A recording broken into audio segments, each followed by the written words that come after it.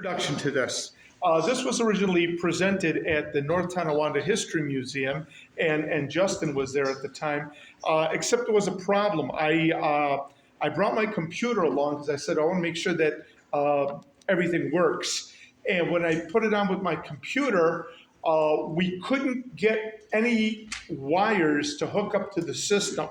So the only thing that I had with me was a 13-inch monitor. So I was looking, isn't this a pretty, and people were looking at, their eyes were just glazing over because the pictures were like 2 inches, it was like looking at a postage stamp.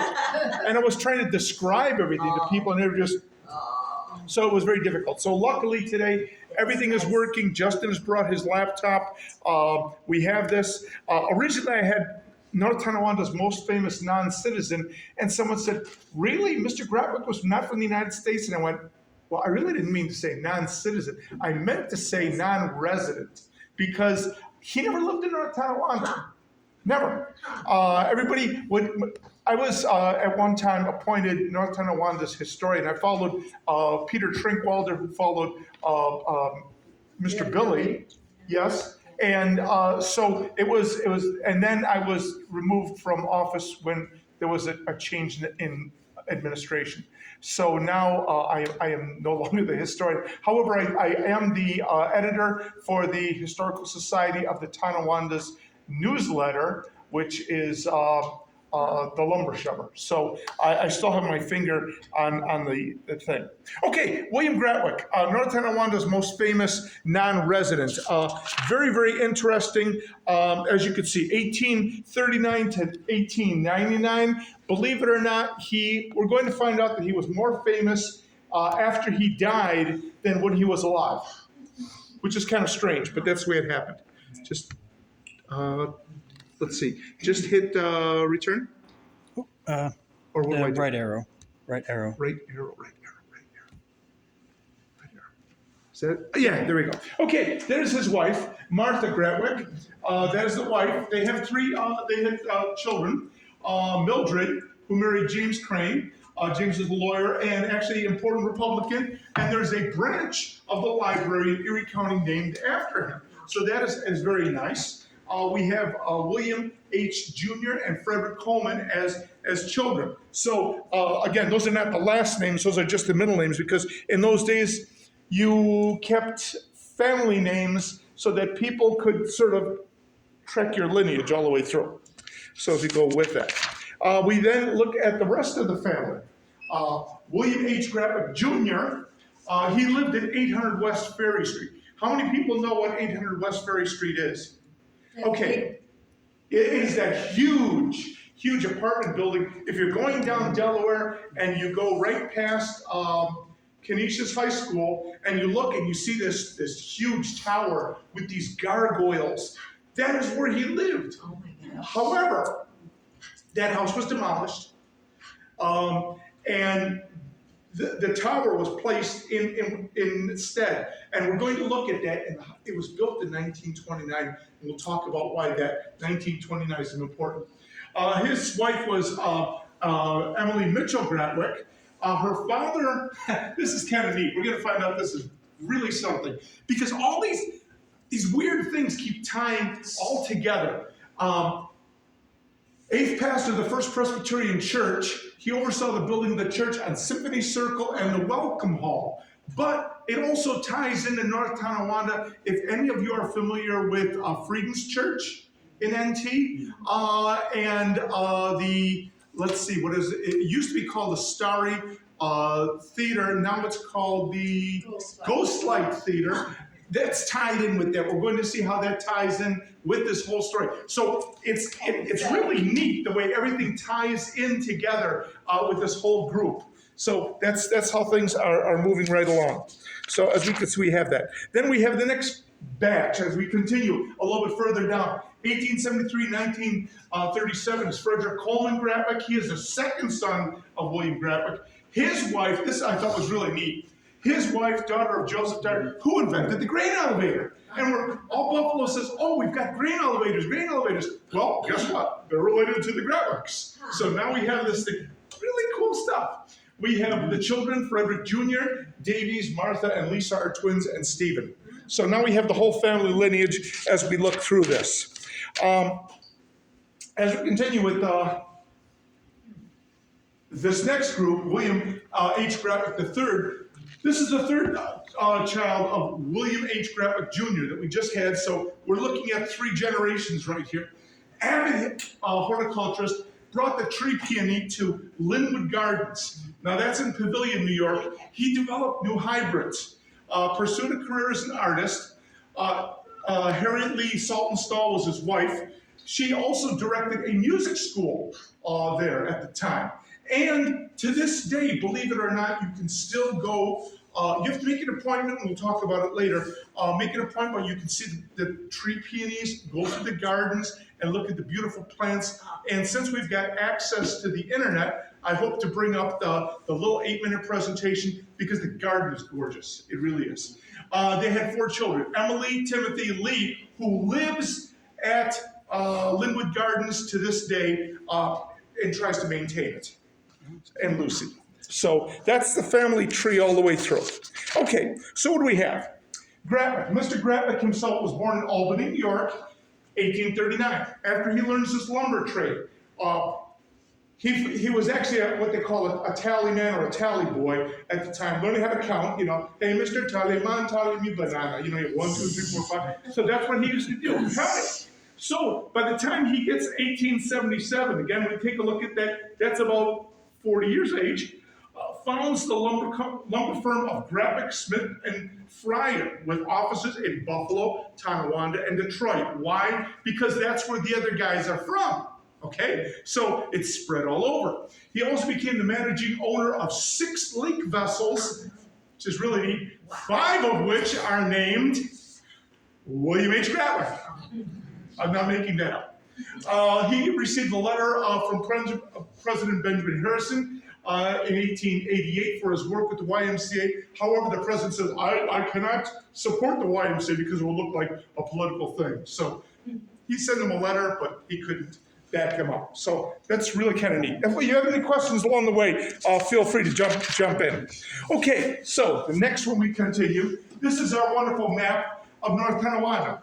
Gratwick is towards Wheatfield. Basically, it abuts that area. We have Sawyer's Creek, Mid-City, the avenues. Does anybody know what the avenues used to be called? What that? Yes. Well, that's where the Polish people lived. Yes, and also they used to give it another name because it was an ironworks there. They called that Iron Town, which became Ironton Street. So we're going to find out that this is where everyone was at the time. Downtown Tonawanda Island, and then, of course, Goose Island, which was the red light district. That was in here during the time of the canal. And basically everything was done downtown. This idiot goes into the wilderness and starts his company over there. Everybody's going, what an idiot, what an idiot. Look at how far away from the city he is. Well, Mr. Gratwick was later on discovered a genius because there was no one around him for competition. He was able to spread out his docks. He was able to get a railroad station using the Erie Railroad. He had his own station right there. He was right next to where they had the trolley station, so the people, when they would park the trolleys overnight, his people could actually use the trolleys to go back and forth into downtown, and it was cheap. He actually may have bought the land from the first superintendent of North Tonawanda, Mr. Felton. I have not found the document to prove that yet, but Mr. Felton did buy all sorts of riverside property when no one else was looking at it because that was the wilderness. That was wilderness. So that is North Tonawanda, just to put it in perspective. And of course you can see the German area, Martinsville, and then this actually became, it was kind of a dual German area. Polish area, right around here was Italian area, and everything was mixed in as people moved around. So was it set up that way? Yes. Okay. Extensive is now this is actual quote from the Niagara County history records. And so it's going to sound very formal, but again, this is like I believe it was 1879 that this was written down. Extensive as are the other yards and docks, astonishment is still further excited upon the premises of W.H. Gratwick and Company. 1.5 miles! That's forever in those days. Down the river on the Central Railroad. The office for the transaction of their business could not be more conveniently and comfortably arranged for employees and customers. No one's out of the wilderness, everything turns out perfectly. William H. Gratwick, formerly residing in Albany, is now a resident of Buffalo, not North Tonawanda. Buffalo, acting as a local representative of the firm at that point. The other members associated are Robert Fryer in Albany, again, Albany, right where he came from. Gratwick came from Albany, so he has somebody back in Albany. And Edward Smith in Michigan, because they had thousands of acres of lumber, and they used that lumber for their trade, representing the firm of Smith, Gratwick and Company. The capital they employed in the prosecution of the business, $500,000. Now in those days, that's a lot of bucks. That's a lot of money. In the various localities and departments, they employed 450 men. So he was smart. He got this area way out so that people aren't just crumpled into one another. They can expand. They've got dock space. They've got spaces for the trains. They've got spaces for the people. They've got stores. The first school in North Tonawanda, before it became a city, and was later, the actual first one was on Gallagher Street, but they actually had a school in that area. And it wasn't Gratwick School, it was another one. Okay, so they own a tract of 31,000 acres of pine in the northern part of Michigan, where they have 2 mills. Again, those would be lumber mills. Everything we're talking here is planing mills, specific, because does anyone know what is most important about North Tonawanda? The one thing we are blessed with. The wind. Lumber, the wind and humidity. And I would always argue with Ms. Zellner, who was the historian from the History Museum. I would say, look, you can have all the wind you want, but if you have the wrong humidity, that wood will warp. We were lucky. We were blessed with just enough wind, just enough humidity, so the wood would cure slowly. If you had North Tonawanda wood, it never warped. I live in a house built in 1890, and I'll tell you, the wood in there is as straight as the day it was put in with a nail. Unbelievable. Okay, they have 2 mills turn out 28 million feet, which is transported in barges to Tonawanda and forwarded by rail and canal to eastern markets. They deal exclusively in their own production. So again, he has rail, he has canal, he has lake freighters, all of this, boom, right there, beautiful, working together. Okay, next page. As we continue with the story. Their docks have a river frontage of 803 feet, with a water slip doubling the means of storage and additional dock of the rear 600 feet long. So they've got a lot of places they could put boats and cargo. In all, 2,200 feet. Tramways have been built for wagon roads and tracks to receive the cars from the Central and Erie railroads. Again, he has his own railway station right at his company. How much better can you get than that?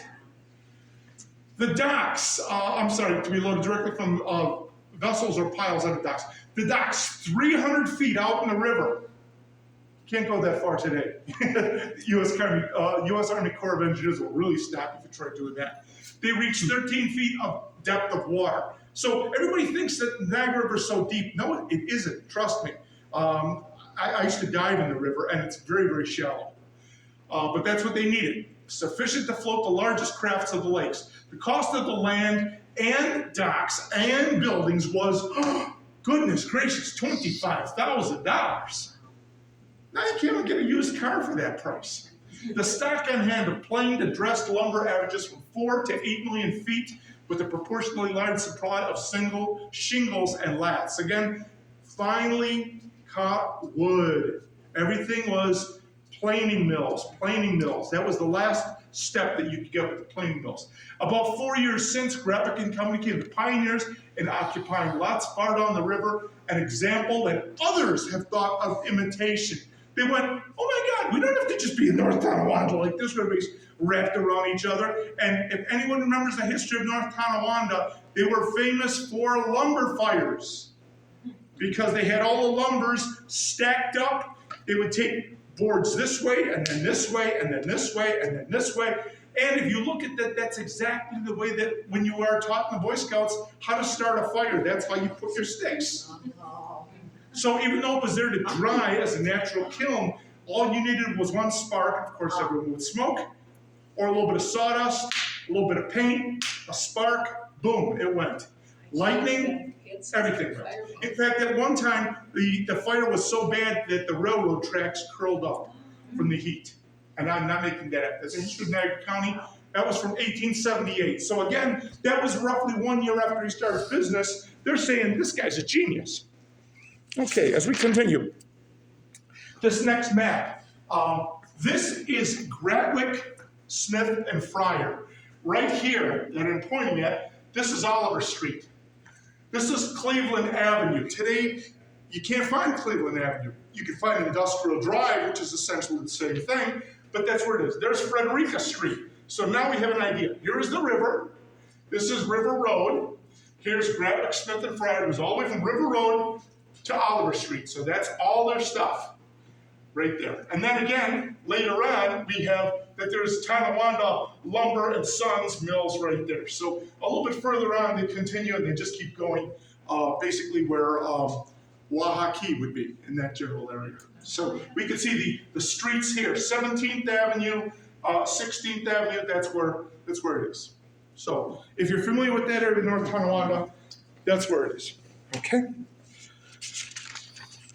Another map, docks, yards, and planing mills in Tonawanda. Storage capacity, 16 million feet. And again, we can see how this is set up. All these stacks of lumber. These people are moving again. They're moving all these trams. The lake freighters are coming in. The small boats. There's a tug. We'll look at one of the tugs, William H. Gratwick tug. The horses, everything else that's in the background. The railroads. Again, you can see the railroads that he had set up for himself. The man was a genius. He set this up just the way he wanted to make money. He made sure he had room for expansion, and there it is. Joe, So, yes? is that the railroad lines that are still along River Road today? That is correct. Oh my gosh. So that same area, that's exactly where it is. That is, you hear this with, every morning and evening you always hear, what is the one with the passengers? Amtrak. Amtrak. You hear the Amtrak goes zipping by like 5 o'clock in the morning, every morning. Wakes me up. But that's it. So now we know where this is. Wow. So I just wanted to share a couple pictures. 1880's description of various resource advantage of North Tonawanda for commerce. Now you probably can't see this, but it says this was taken again at that time, okay, the 1880s. It is not a difficult task to ascertain by brief examination those causes that have been at work to establish Tonawanda as one of the leading lumber markets in the country. And we shall state them mainly and concisely as follows. First, again, they wanted to explain to the area why it was so good to move here. Bring us your business. We will take your money. First, a situation in the extreme eastward point of navigation and free access by water to the great lumber lands of the west, northwestern Canada. So we're near the woods. Come to us. Second, a connection between the harbor and the Erie Canal by means of dockage, affording a direct route for cheap shipment to the seaboard states, 12 miles nearer the eastern terminus than any other available point. Okay, you gotta come here. Third, 4 miles of docks and wharfs with ample room for further expansion. Fourth, railroad facilities by New York Central and Erie railways with sidings to riverfronts and all principal yards and mills. In other words, if you've got a product, we can move it, baby. We can move it. Together with specially favorable freight rates. Low taxes, guys. We keep it low. We'll help you. Fifth, immunity from heavy taxation. New York State. High rents. New York State. labor accommodations, and the expenses of harbor dredging. So again, all of this was going on, and again, this was 1875, and they had the people over here that were members of the board, one of the directors, William H. Gratwick, and then Goodrich. The Goodrich was a banker in Buffalo. Actually, we're going to find out it was his neighbor, but things happen a little bit later on. Let's go with it. Okay, who else is in this area? Mark Twain. Oh my God. Yeah, where did he live? Now remember this number. This is kind of like mental gymnastics. 472 Delaware Avenue, one of Buffalo's most famous streets. Again, this Millionaire's Row, just north of downtown. He lived in Buffalo, 1869, 1871, editor of the Buffalo Express. Prior to the Courier Express, prior to the Buffalo News, Buffalo Express. Okay. His house at 472 Delaware was built in 1864 for Henry and Elizabeth Kidd. It became the Twain home when Clemens' wealthy father-in-law, again, Mark Twain married for love, but he went out with rich women. Jervis Langdon combined with Clemens' bride Olivia, or Livy Langdon, to purchase and furnish the house as a surprise wedding present for Sam. The couple moved in after their wedding in February 1870. Generous gift allowed Sam and Livy to live on Buffalo's most prestigious avenue, above the means of a newlywed newspaper editor at the time. It is said that Clemens hung a plaque out the front door which read, "Mark Twain lives here, and my father-in-law pays the rent." That's cute. The couple sold the house in 1871, never to reside in Buffalo again. It housed several owners until it was damaged by a fire on February 8th, 1863, and was demolished on July 2nd, 1963. Does anybody remember the name of the place? It became a restaurant, and then later a lawyer's place of iniquity. The cloister. The cloister, exactly. Yes, you remember the cloister. That was Mark Twain's home. Yes. Yes, that was Mark Twain's home. So as we continue. Now, here we go. The first house found in Buffalo by William Gratwick, located at 414 472, just like a half a block, same side of the street, was built 1869, 1870 by Charles Sternberg, grain elevator operator for his bride for $200,000. This guy was some good grain operator. It's $3,486,000 in 1997 dollars. Of course, it's gone up since, especially this year. Don't get me started on politics. In 1901, it was a hotel during the Pan American Exposition. Later sold, became known as the Victor Hugo Wine Cellar Restaurant. It's currently used as a hotel again, known as the Mansion on Delaware Avenue. And we have another, next slide, please. We have a close-up of that. Click. There you go. So that's what it looks like. That's the mansion. That's the Gratwick's first house. Just down the street, but he never met Mark Twain. Again, the Twains were gone by the time he moved in. So that's what happened. Everybody said, oh, they were neighbors. They must have known each other. Okay, now we deal with the Holy Trinity of Architects. Oh, Holy Trinity. And their works in Buffalo. Frank Lloyd Wright. Anybody ever heard of this guy? Oh, yeah. Okay, the Darwin Martin House. And also the place on the lake, right? Yeah. Yes. Yeah. So Frank Lloyd Wright. H. Richardson. Who is he? The Richardson Olmsted Complex. And you'll see this in just a second. Louis Sullivan, the Prudential Guarantee Building. Now we are ready for these three buildings, what they look like. Click. Yeah. The Darwin Martin House. I mean, look at that. Is that gorgeous? If you've not had a chance to visit that, because I'll see it some other time. Go. It's incredible. You'll look at it once and you go back and go back and go back. Say, this is so neat. You know, this guy's incredible. So that is one of the major things. The next one is H. Richardson. Richardson Olmsted Complex. Where have we heard this name Olmsted? Has anybody ever heard of his name before? Yes. Yes, Parks. Central Park, Delaware Park, and believe it or not, Olmsted and Richardson knew each other when they were children living on Long Island. Then, Richardson went to Paris, where he started, again, became an architect and started developing his own style. That didn't work out too well because, they didn't like Yankees. It was like, too many new ideas. So he comes back and uses his, what he called Richardson Romanesque. Gotta put the name in there so everybody knows it's like Apple phone, okay? You've got to put that in there. So that was what he did. And you will notice, if you've ever seen that program, Ghosts, the house that they have in there, I thought was Richardson. And I said, it's got to be a Richardson house. And I checked, and it wasn't. I really felt bummed. But that's the complex. So they knew each other, and believe it or not, Olmsted started meeting all these rich people because of the park. And he actually got some commissions for Mr. Richardson. So that's how that went. Okay, next.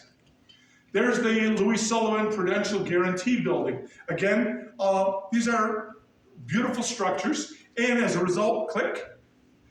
Prudential Guarantee Building declared National Historic Landmark, 1975. Richardson Olmsted Campus designated National Historic Landmark, 1986. Darwin Martin House Complex added to the National Register of Historic Places, 1975, became National Historic Landmark in 1986. So again, these three examples that we saw right here puts Buffalo on the map because of these people, okay? And now we continue with this. Okay, the William Gratwick House stood at 776 Delaware Avenue, the northwest corner of Delaware and Summer. Basically, to put it in perspective, if you've ever seen the Red Cross building, that's where it's at. However, we'll talk about that in just a minute. It was Richardson's last commission, according to his biographer Mariana Van Rensselaer, before he died in 1886. So, what is happening? He has the commission, he comes up with the plans, he gets the design, and he dies. And somebody else finishes the work, Shepley, Rutan, and Coolidge. But look at this. This looks like a fortress. This looks more like the Tonawanda armory than a house. Look at that. You can just imagine. I'm sorry it's not in color because the brownstone is gorgeous. It really is. Okay, we can continue.